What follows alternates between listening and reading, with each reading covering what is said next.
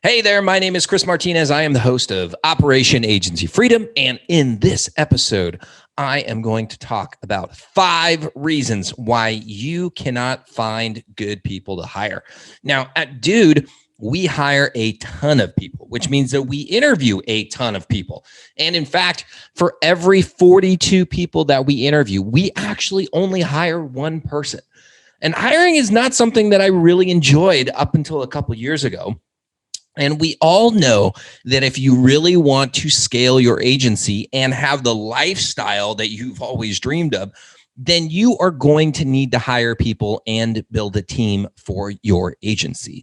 So if you are struggling to hire good people and also struggling to build out your team, then this is definitely the episode for you. So I'm basically going to cover 2 main topics. So I'm going to talk about the 5 main reasons why you can't find good people to hire.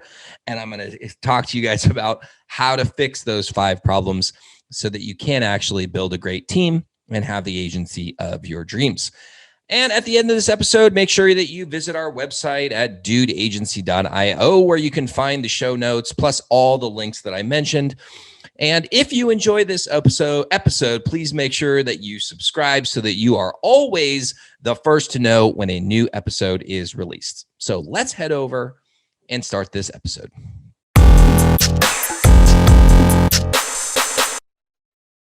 All right, guys, very excited to talk to you guys about this topic, about hiring. And it's not necessarily something that I always enjoyed, but now, because we have such a huge team, over 90 folks, it's definitely one of my most favorite and enjoyable things that we do here, even though I'm not directly involved in the day-to-day hiring. But it's definitely one of the most enjoyable things that I'm able to be a part of as a CEO. I just love creating job opportunities for people.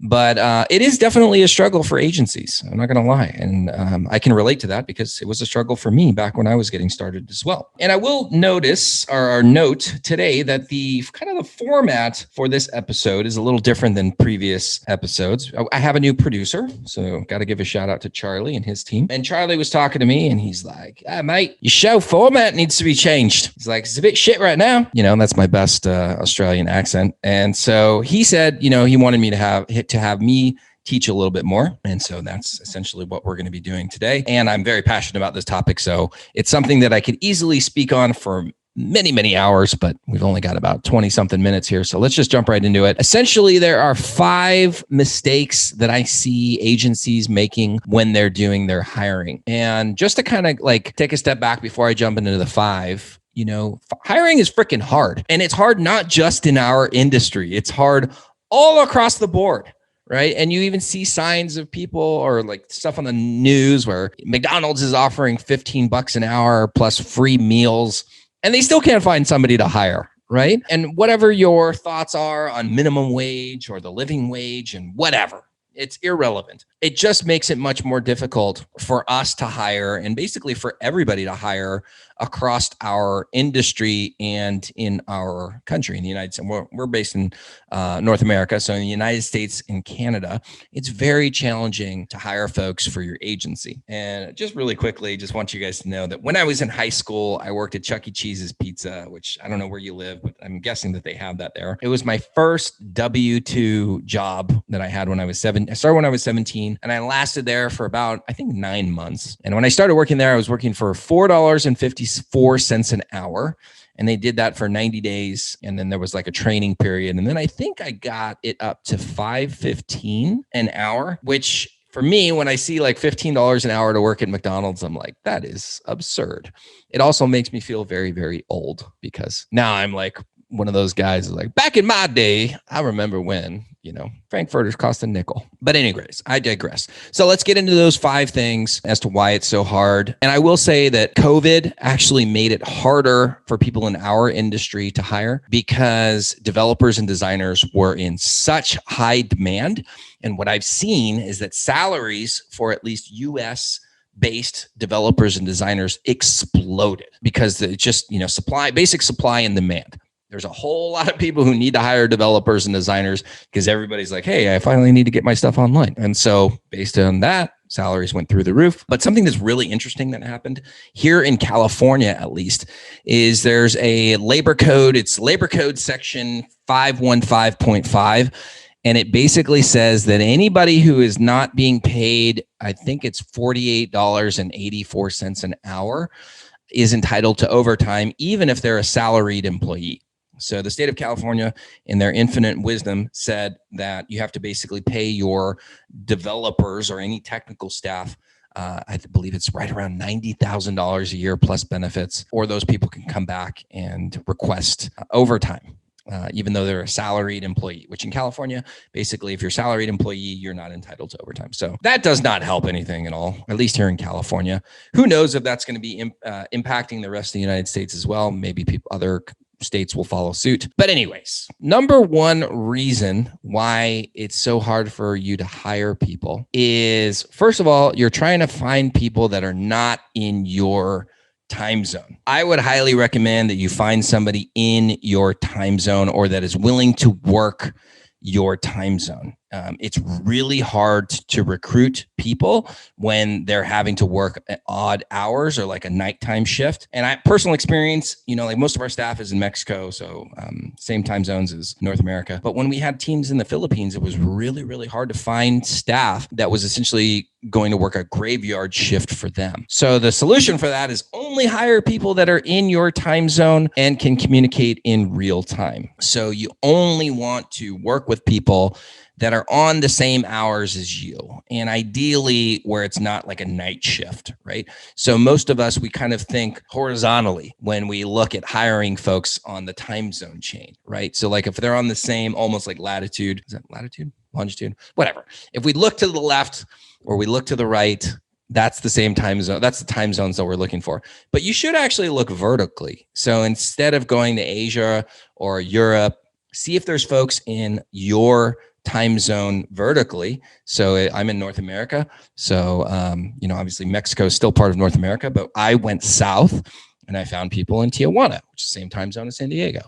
You could go even further south, obviously, Central America, South America. You could go north. If you're in Europe, for example, you could go north too, but you could also look south. I do know that you can find amazing people in the Czech Republic, Hungary, and Poland. I was actually in Poland, and there's a lot of folks there. But you could also look at Africa, Northern Africa. I know that there's a lot of people hiring there, as well as like the Middle East. And then if you're in Australia, you could always go up to Philippines. I think it's the exact same time zone. So that's why those relationships end up working out so much better, is because you have people that are working a normal schedule. Still, you can find them for the rates that you can afford, and everybody's working on the same time zone. Now, the biggest reason, other than it's just convenient, but the biggest reason why you want people to be working your time zone is because in your agency, you're going to have issues that pop up in the middle of the day, right? And these are issues that can't wait. So personal experience, I had my agency when I first had my team in the Philippines, 11 a.m. on a Tuesday, I had a client come to me and they'd be like, oh my God, my shit's breaking and I'm doing a launch. I need somebody to fix this right now. And it's a very hard conversation to be like, well, I hear what you're saying and I really want to be able to help you, but my guy's sleeping. So can you wait like 8 hours? Not a very easy conversation to have. And honestly, it's not a very good experience for the customer. So you do want to try and avoid that at all costs. And by having somebody on your time zone who you can reach out to immediately to help you solve problems, what that's going to do is it's going to help you create a really, really great customer experience. And you're going to get lots of referrals. And obviously your clients are not going to cancel. So rule number one is hire people in your time zone. All right. So second reason why it's so hard for you to find good people to hire is that you do not have a good and consistent hiring process. So the solution to that is just create a hiring process and hire people based on data, like quantitative results, not just on feelings. And the reason I bring that up is because, like when I started hiring, I'd be like, that person sounds cool. Like the resume looks good. We gave them a test or two and they passed. And like, okay, let's bring those people on. It was like 50-50 whether or not that person was actually a good fit. Now we have a much more thorough hiring process. We find the best people for our unique company culture. And I'll explain that to you in a second, but it works really well. So one thing to note is that when you're hiring people, stop trying to replicate yourself. The truth of the matter is it's just throwing you off your game. It's actually taking you further away from hitting your goal, because the brutal truth is that you are not good at everything. If you look at, the different roles that you play in your agency, maybe there's like one or two things that you do exceptionally well.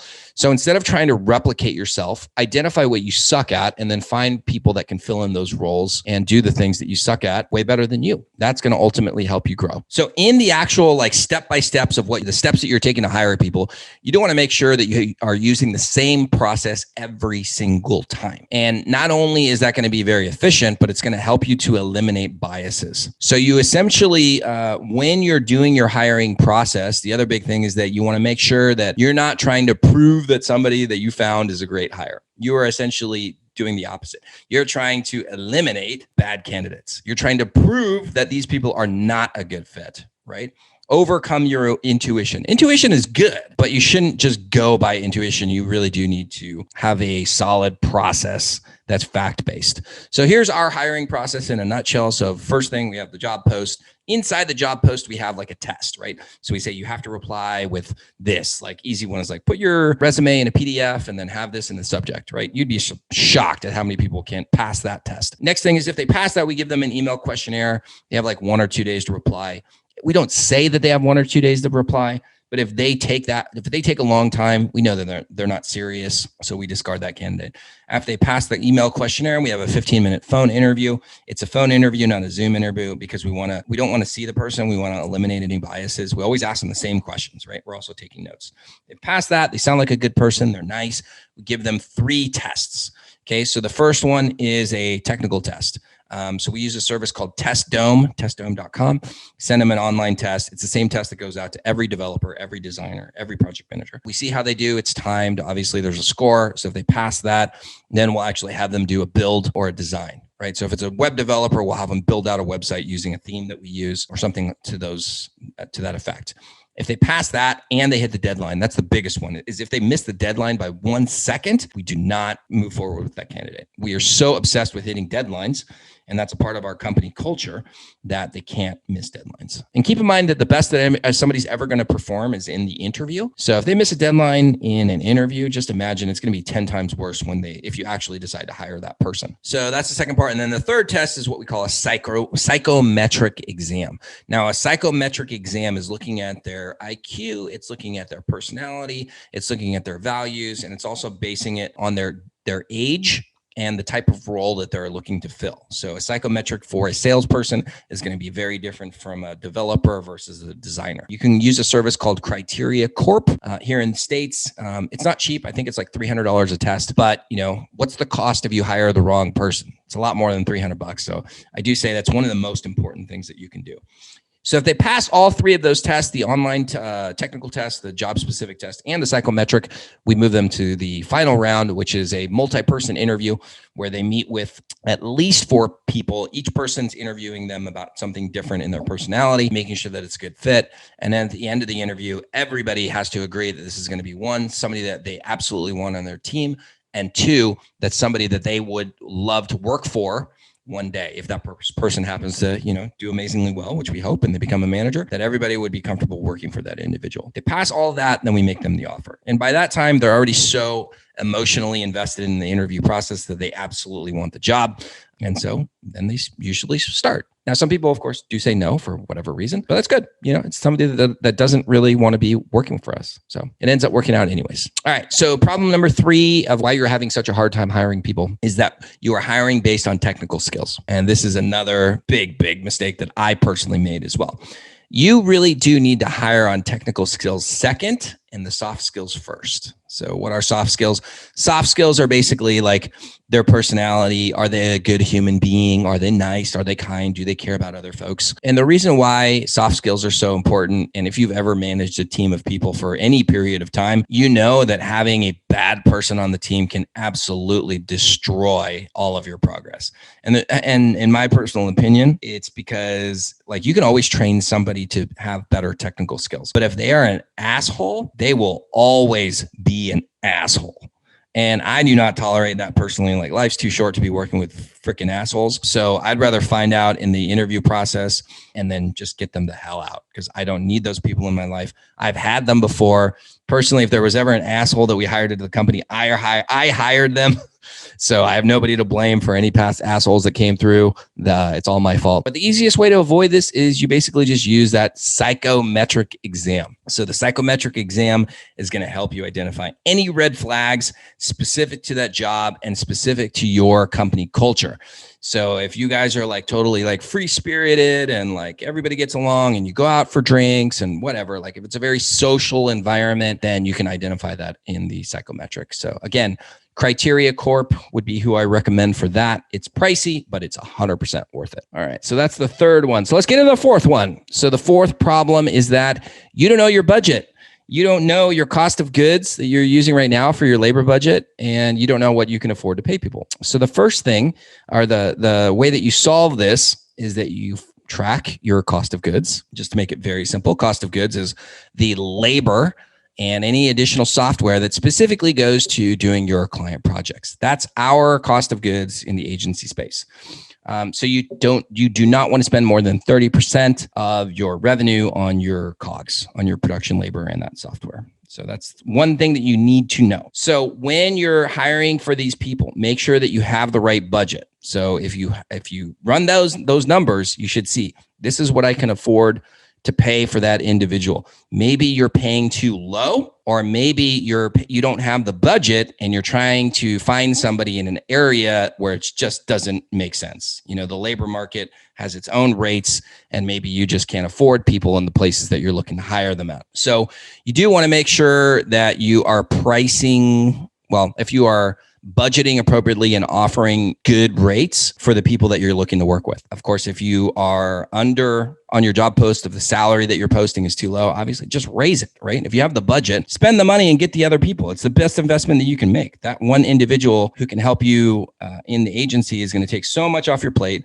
Everything's going to go smoothly. You can focus on what you love to do. Agency's going to grow. And then above all, you're going to be happier, right? At the end of the day, if you run a like multi-billion-dollar agency and you're making millions and millions of hundreds of millions of dollars a year, what's the point if you're miserable? That's just my personal opinion. Like, I don't want to live like. So definitely make sure that you are budgeting appropriately for that individual and that you're offering good rates. Don't go over your COGS just to find the great person, though. If you find that you just can't afford that individual, look into a different region. So like I mentioned, you know, we use Mexico. I love Mexico. We also have people in Bangladesh. We also have people in India, and we still have people in the Philippines. They all work our hours though. And you, depending on where you live, you have lots of options. Oh, actually we have people in Peru and we have Colombia as well. So you can look, you know, when you look at the time zones, look vertically and see if there's some other areas that you can go and find people at the rates that you can afford. And above all else, you should be using a pro forma to help you manage your labor budget. So if you don't know what a pro forma is, I'll give you the very, very simple version of it. It's essentially a spreadsheet that you use to map out your financial plan for the year. And then basically you take that financial plan that you've created, and then every month or every quarter, you go back and you say, okay, this was our plan. This is what actually happened. This is our plan. This would actually happen. And then you can make adjustments moving forward for the rest of the year so that you can ensure that you're going to hit your goal. So it's a really cool document. If you've never seen one before, definitely reach out to me or jump on one of our live trainings that we do, because I usually always show the pro forma. But it is the single most important document for your agency. It helps you to map out all your budgets. It shows you what your sales goals are going to be. It shows you own personal income so that you can make sure that you're actually going to make the money that you want to make. So definitely grab that pro forma if you've never seen one, or reach out to me if you want to take a look at mine. Problem number 5, the fifth and final reason why you are having problems hiring people is that you're hiring just button pushers. What's a button pusher? I'll explain that in a second. So you want to make sure that you are hiring, the solution to this is that you're hiring problem solvers, right? So we definitely need button pushers. A button pusher is basically somebody who shows up in the morning. They do the same thing every day. They basically are like that assembly line worker that just, you know, they're happy. They show up, they do their thing. They have their list of tasks. Doesn't really change from day to day. We need those types of people. But in this world that we live in, this economy, you really do need a lot of problem solvers to help you scale. Now, The reason why problem solvers are so important is because they're going to help you fill in your blind spots. And they're going to basically help you to solve problems that you haven't seen or that you don't have time to get to. I'm sure we all right now in our agencies, we have issues that have been sitting on our desks for months, maybe years, right? And a problem solver, the right problem solver, if you can find them, they're going to be able to come in and you're going to say, hey, this has been on our agenda for so long. I don't have time to solve this problem. And frankly, like, I'm not the best person to solve this problem. I need you to go in and figure out how to do it. And that type of task absolutely lights up a problem solver. That's the type of stuff that they live for, right? So imagine how much further along your agency would be if you staffed your agency with 25% more problem solvers, meaning that those are 25% of the issues that go on in the business where you don't directly have to come up with the answer. Here's the reality is that you are always going to be the bottleneck in your agency. So it's your job, or part of your job as the CEO and the leader, is to fill in a leadership team or build a leadership team that can go in and solve issues for you so that you are no longer the bottleneck. That's one of the most important things that you can do as a CEO of your agency. So perfect example, I'll use myself. I love to use myself as an example. So a couple of years ago, I did my very first pro forma. I learned, man, our cost of goods is way too high. Our retention is way too high. Our sales aren't as consistent as they need to be. And our finances were just out of like a mess in general.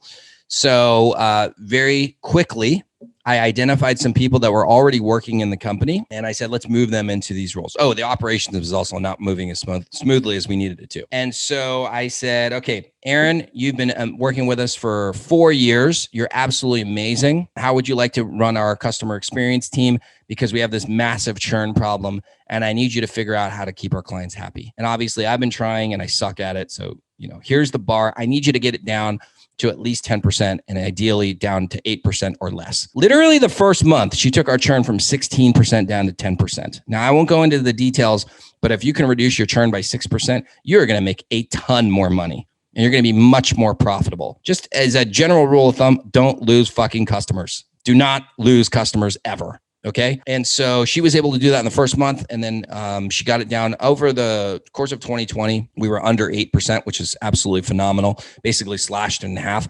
That's considering the COVID mess where we lost a bunch of clients overnight. So there were months where we didn't lose a single client and like many, many months where it was like under 4%. So that's just one way that she was able to come in. I was the bottleneck. She was able to solve the problems. And now she's doing a phenomenal job. Second one is on the finance side. So I'm very blessed that my fiance is amazing at finance. She's also amazing in HR. She had been doing work for us prior, but we officially moved her into that role. And so she was able to straighten out the finances. Now I know exactly what's going on with the finances, that I can make better educated decisions based on the numbers. And then on the hiring side too, she created our entire hiring process. Well, I should say revamped and recreated our hiring process. And now we have this amazing process that we run now. She's got an entire recruitment team. So we're, her team is interviewing and putting people through that 7-step process every single day. And at the end, we have such an amazing company culture because it's built on a foundation of people who actually care about our clients. And they're also super technically, talented, but we just have amazing people, right?